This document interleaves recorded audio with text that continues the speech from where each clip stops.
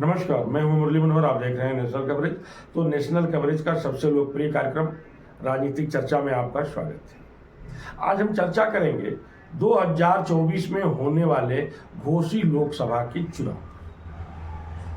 1957 में घोसी लोकसभा अस्तित्व में आ गया और तब से लगातार घोसी लोकसभा में चुनाव हो रहा है और आज तक घोसी लोकसभा में कोई रिजर्वेशन नहीं हुआ, कोई आरक्षण नहीं हुआ। 2019 के चुनाव की अगर हम चर्चा करें तो तकरीबन 16 लाख मतदाता घोसी लोकसभा में हैं। मऊ सदर, मधुबन, मोहम्मदाबाद, घोसी और रसना विधानसभाएं घोसी लोकसभा में आती हैं। लगभग 9 लाख मतदाता, जिसमें दलित, मुसलमान और यादव हैं। 2014 की अगर हम बात करें तो 2014 में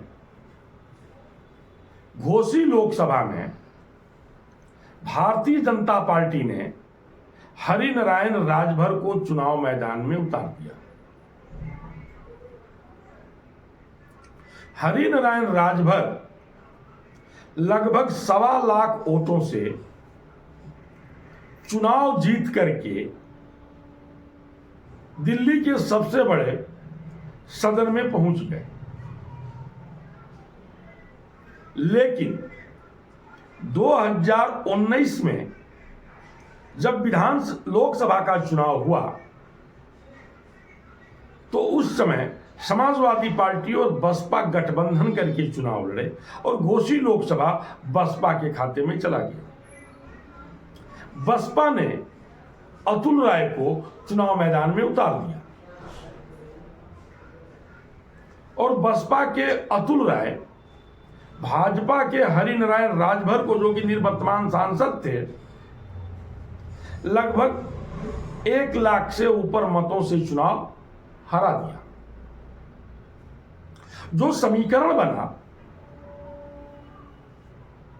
वह दलित, मुसलमान, यादव और प्लस कुछ फॉरवर्ड क्लास के जो भूमिहार बिरादरी के लोग थे, वो लोग भी अतुल राय के साथ चले गए और भारतीय जनता पार्टी को बड़े आसानी से चुनाव हरा दिया गया। लेकिन 2014 के चुनाव में, 24 के चुनाव में एक तरफ एनडीए गठबंधन और दूसरे तरफ इंडिया गठबंधन है। हाल ही में घोसी विधानसभा का चुनाव संपन्न हुआ है। घोसी विधानसभा के चुनाव में इंडिया गठबंधन बना एनडीए गठबंधन चुनाव लड़ा था। सपा छोड़ करके भाजपा में शामिल दारा सिंह चौहान को भारतीय जनता पार्टी ने अपना उम्मीदवार बना लिया। तो समाजवादी पार्टी ने अपने पुराने कार्यकर्ता और पूर्व विधायक सुधाकर सिंह को चुनाव मैदान में उतार दिया।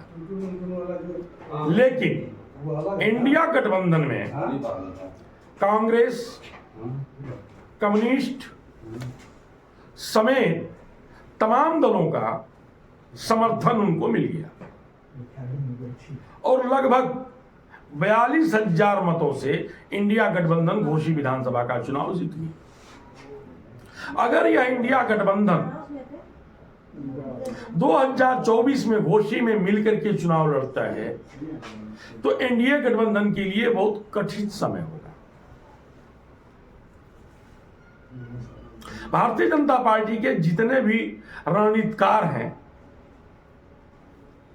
वो यह समझ नहीं पा रहे हैं कि आखिर घोसी लोकसभा में हमको क्या करना है। अब हम सवाल यह पैदा होता है कि घोसी लोकसभा में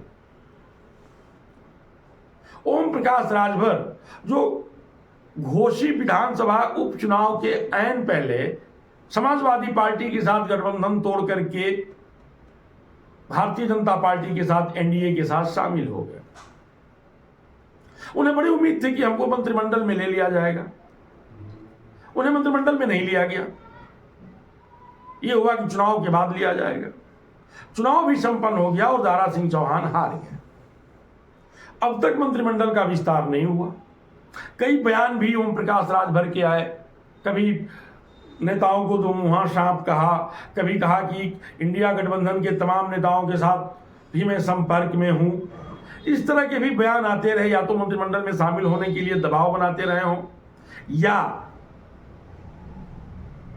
वो एनडीए से निकलना चाहते हों। वो तो आने वाला समय बताएगा। अगर वो एनडीए में रह जाते हैं तो घोसी लोकसभा पर ओम प्रकाश राजभर का अपना पहला अधिकार होगा और अपने बेटा अरविंद राजभर को घोसी लोकसभा लड़ाना चाहेंगे।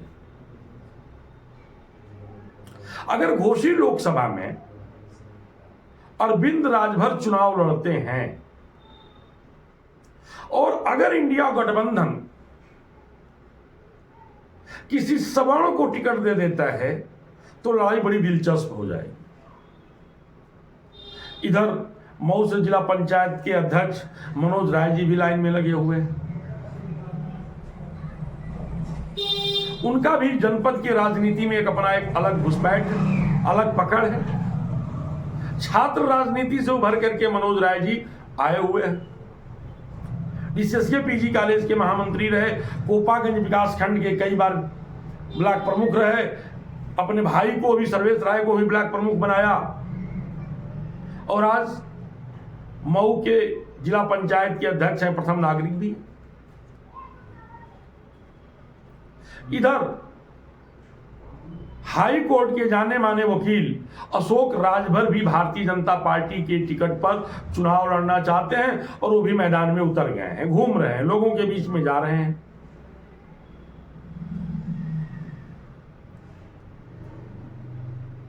वहीं देखा जाए तो कल्पनाथ राय की, जो इस जिला के जनक एवं स्मरणीय पोषक के रूप में स्मरणीय हैं, जो घोसी लोकसभा से सांसद हुआ करते थे, मंत्री हुआ करते थे, जिनको लौह पुरुष, विकास पुरुष कहा गया है।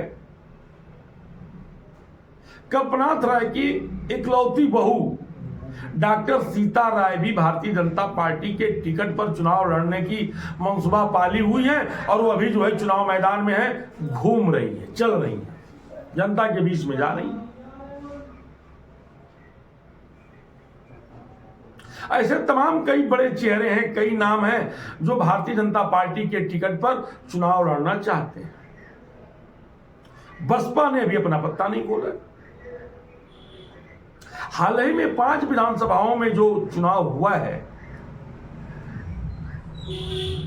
उन विधानसभाओं में समाजवादी पार्टी एक तरह से इंडिया गठबंधन से अलग होते हुए भी नजर आई। मध्य प्रदेश में 54 जगहों पर कांग्रेस के खिलाफ समाजवादी पार्टी ने अपना उम्मीदवार उतारा है और माननीय अखिलेश यादव ने चुनाव भी किया है।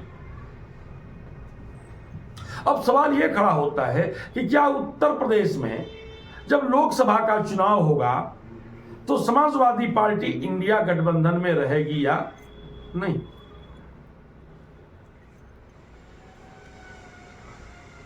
अगर इंडिया गठबंधन बना रहता है और समाजवादी पार्टी भी अगर उसमें शामिल रहेगी तो घोसी लोकसभा का सीट इंडिया के किस घटक दल को जाएगा? इसलिए कि घोसी लोकसभा से मैं देख रहा हूं, जो मेरा अपना अनुभव है, जो मैं देख रहा हूं राजनीति में,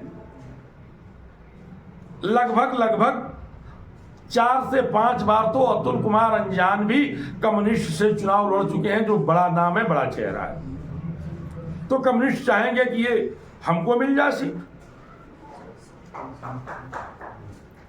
कांग्रेस चाहेगी कि ये सीट हमको मिले, और समाजवादी पार्टी तो वो गलती करना ही नहीं चाहेगी जो पिछले लोकसभा में कर चुकी है, यह सीट बसपा को दे दी है। पूरे गठबंधन की अगर हम चर्चा करें इंडिया की, तो सबसे बड़ा अगर कोई चेहरा है, सबसे बड़ा कोई नेता है, तो वो है माननीय शरद पवार साहब। शरद पवार साहब के ही पहल पर इंडिया का गठबंधन हुआ और जितनी भी बैठकें हुई, सारी बैठकों में शरद पवार साहब रहे,